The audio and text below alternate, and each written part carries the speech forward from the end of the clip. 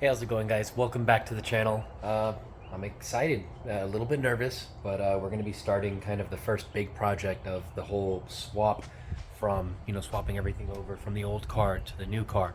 And that first thing is going to be the whole rear end. So I'm going to be swapping the differential, the upper and lower control arms, and the coilovers from the rear of the old car onto the new car. So I'm thinking this is probably going to take me all of this week, if not, going into next week. So this might be a little bit longer of a video because I'm going to see if I can fit the whole job into this one video. Worst case scenario, we'll split it into two, but let's see how it goes. But yeah, I guess there's nothing to it but to do it. So we're going to go ahead and jack up both cars, get them on jack stands, and then start unbolting stuff.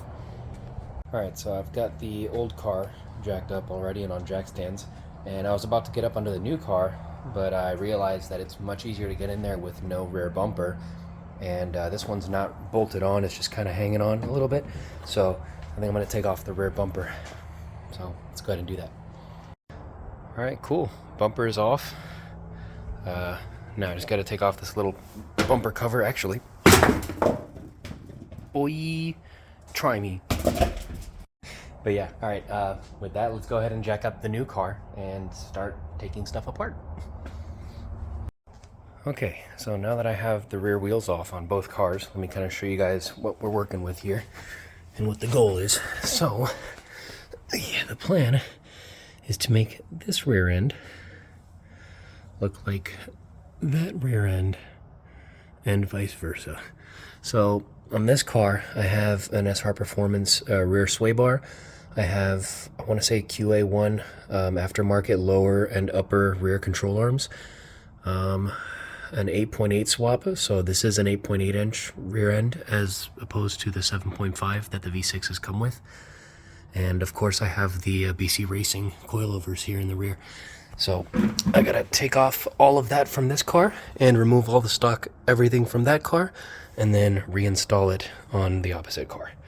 And since I know that everything is gonna come out smoothly on the old car since I've worked on it recently, I'm going to start by taking everything off of that car because there is a possibility that that rear end has not been taken apart for over 20 years, and there's a good chance these bolts and nuts are going to fight me a lot. So I'm going to try and knock all of this car out of the way first, since it's probably going to give me the most resistance, and then we'll work on this one, and then everything else should be pretty easy. Alright, so let's start by taking off the brakes and rotors. Okay, done with the passenger side.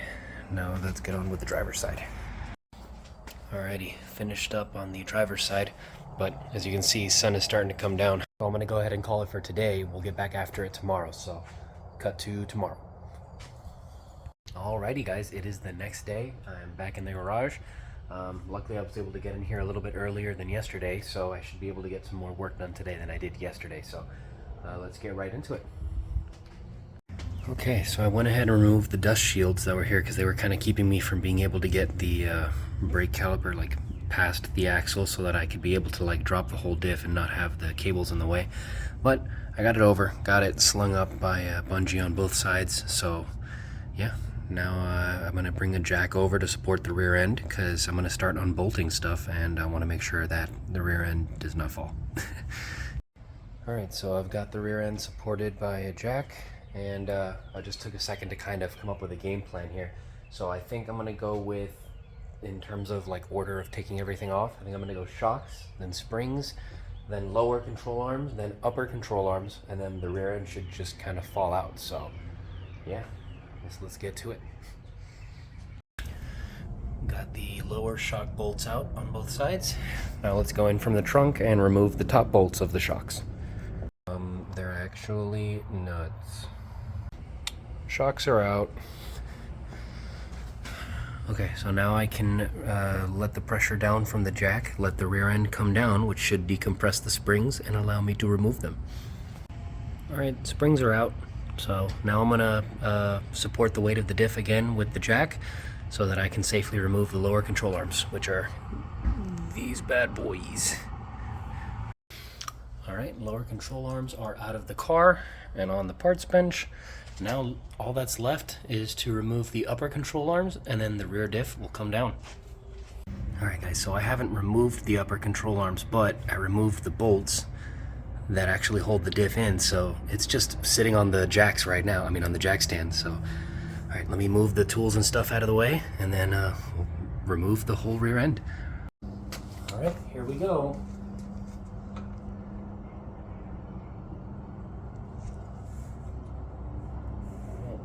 You guys can see better than I can right now. She should be coming down. Wow.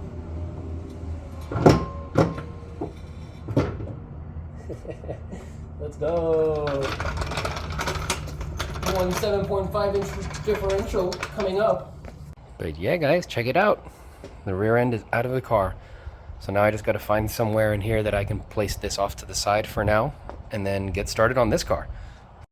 Alrighty, rear diff is placed over there on the ground, nice and tucked away. So now we can leave this car alone for a little bit and basically do everything we did over here, starting with the brakes. Alrighty guys, completely finished taking off the brakes and brake rotors on both sides. And yeah, I went ahead and cleaned up everything, like my whole garage. And yeah, I started working a little earlier than usual tonight, and I have made a lot of progress, so I think I'm going to treat myself and call it a little early today. So yeah, we'll catch back up tomorrow. Alrighty guys, it is the next day. I'm luckily in the garage early again, which is nice. And the first thing we're going to do is probably make a little bit of a mess. So I didn't have to undo any brake lines for the stock calipers. Because I can use, the stock calipers from the original car and, from the new car. I don't have to swap them. But the aftermarket calipers for the Hydro, I do need to swap. So I'm going to have to undo that brake line. I'm probably just going to put some paper towels or something underneath to catch the brake fluid. I've never undone a pressurized brake line, so hopefully it doesn't spew brake fluid. But yeah, let's see what happens. Okay, got them off on both sides. It was a bit of a mess, but not the end of the world. So yeah, I'm gonna go ahead and start pretty much undoing torque on every single bolt. That way, once I start undoing stuff, I don't have to actually fight anything. Alright, I went ahead and took the sway bar out completely just because it would make it easier to access the bolts on the lower control arms. But yeah, I'm gonna keep breaking torque on everything.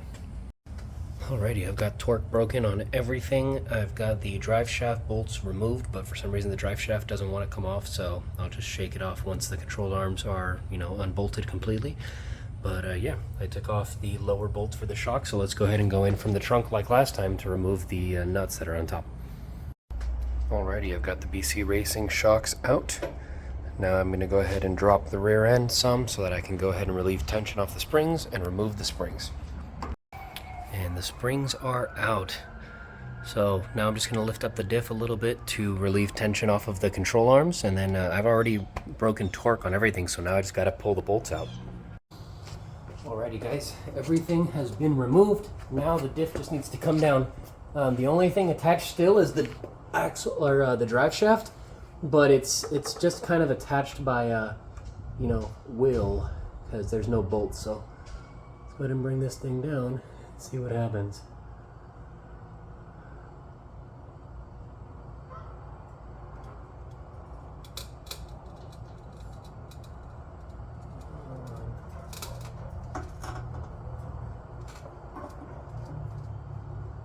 Huh. Really does not want to let go of the drive shaft, huh? Alright, let's see what I can do about this. Got it. Need a little bit of suggestion from a metal hammer, but I was able to get the drive shaft to let go of the diff, so yeah. But yeah guys, I just had a couple of friends invite me to go hang out, and this feels like a pretty good stopping point, so I'm going to go ahead and scooch the diff over underneath the car that it's going to be going into, and then I'm going to kind of clean everything up, put everything away so that I can get back after it tomorrow. So I'll see you then. Alrighty guys, it is the next day. I'm getting in the garage a little bit later than I would have liked. It's like 6:30, so I've got like an hour of sunlight.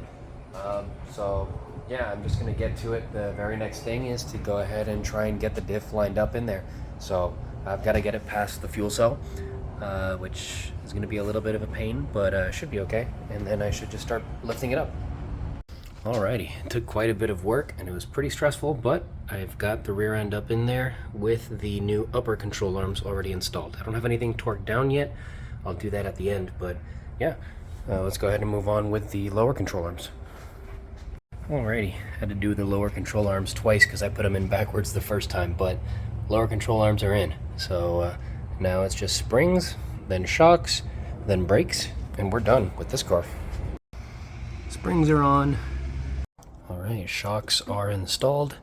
Now I'm going to go ahead and install the sway bar. This was really tricky when I first installed it, so let's see how it goes this time.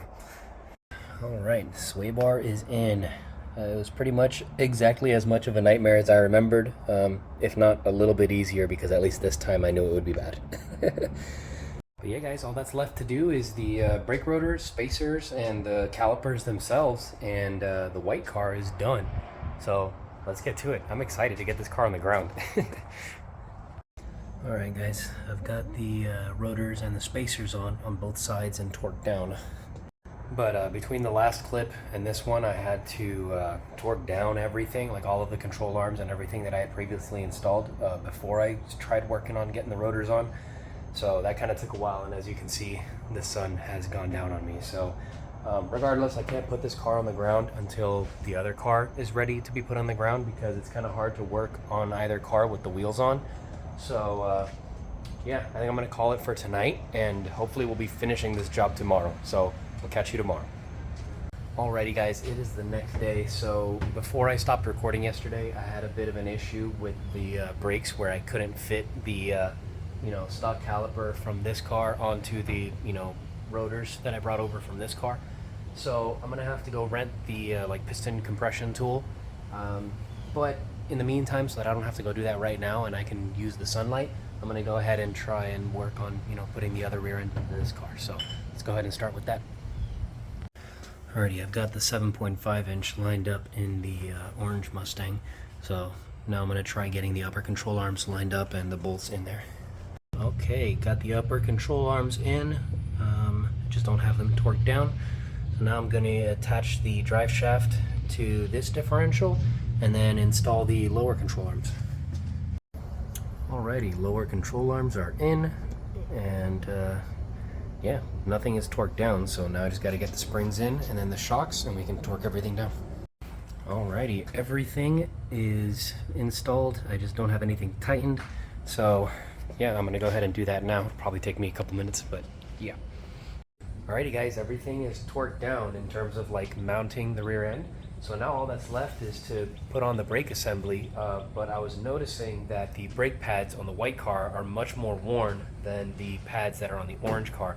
So I'd like to swap them over, but if any of you guys have changed brakes before, you know that when you put, bigger pads on, you have to rent or at least have a caliper like expansion tool. So I'm gonna go rent that, come back, and then we should be able to put the brakes on. Alright guys, it is a little bit later now. I came back with the caliper expansion tool, but as you can see, the sun went down. It took a lot longer to get than I thought I was going to, so yeah, we'll get back at it in the morning, and I should be able to crank it out pretty easily in the morning. So, alright, see you then. Alrighty guys, it is the next morning. Got the caliper expanding tool, so yeah, let's just get right into it. Oh my god guys, it's been a while, but the brakes and rotors are on both cars. Everything is completely buttoned up and torqued down, zip ties installed, and all that's left is to put on the wheels and get these cars on the ground. Alrighty guys, and we are done. Both cars are on the ground. As you can see, the white car is doing a wheelie now because it has coilovers in the rear and stock suspension and no drivetrain in the front. So, but yeah guys, that's going to be it for this video. Thank you very much for watching. I really appreciate it. Pretty stoked I was able to get the whole job in one video. It took me a whole week to do this, so yeah. Thanks again for watching. Stick along for the rest of the series. We're going to be doing the front end of the car swap next, so stick around for that. Thanks again, guys. We'll see you next time. Bye.